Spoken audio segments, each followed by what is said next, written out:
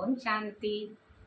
कहते हैं ज्ञान, भक्ति और वैराग। ज्ञान से हमें इतनी सहज नॉलेज आ जाती है कि ज्ञान तो सभी को पता है। आजकल ज्ञान के हिसाब से ही तो कहते हैं कि ज्ञान से समझ बढ़ जाती है, लेकिन सीधी समझ जब ज्ञान से आती है, जब ज्ञान को हम धारण करते हैं और बुद्धि में, जैसे नहीं समुद्र मंथन की तरह विषमृत निकलता है, ऐसे ही बुद्धि में धारण कर जब हम उसका मंथन करते हैं, तब जो बातें, यही तो राज है। ज्ञान का जानने से हमें समझ अच्छी मिलती है, समझ मिलती है तो इस दुनिया से हमारा वैराग्य हो जाता है।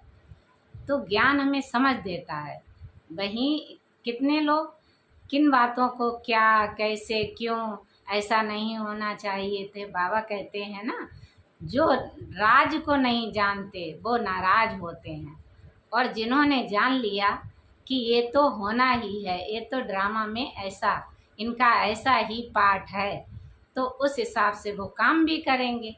अब जो हो रहा है उसमें आजकल लोग देखकर कितने भ्रमित हो रहे हैं और कितनी भी बातें कर रहे हैं, लेकिन क्या है, ये तो उनका ड्रामा का अपना खेल है। जो जैसा करेगा उसके अनुसार ही, इसीलिए तो कहते हैं उस कि किसी को दुख मत दो।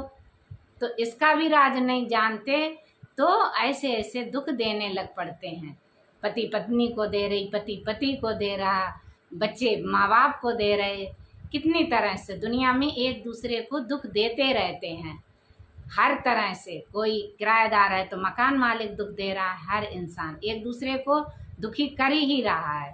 तो जब दुख दोगे तो कहीं ना कहीं दुख के रूप में हमें भी तो भोगना पड़ेगा। इन बातों को कोई समझता नहीं है। जब फिर कोई आत्मा अपना हिसाब किताब चुकाने आती है, फिर उसका तो दंड मिलता है ना, फिर उसका दंड 100 गुना बढ़कर मिलता है।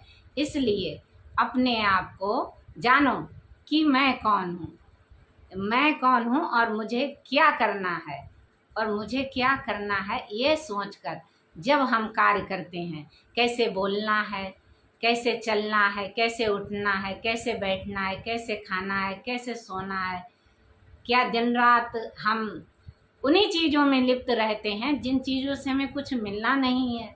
अपने लिए मनुष्य का शरीर है, अपने लिए मनुष्य का जीवन है, उसे किस व्यर्थ में तो नहीं फंसा रहे, समर्थ तो कर रहे हैं ना।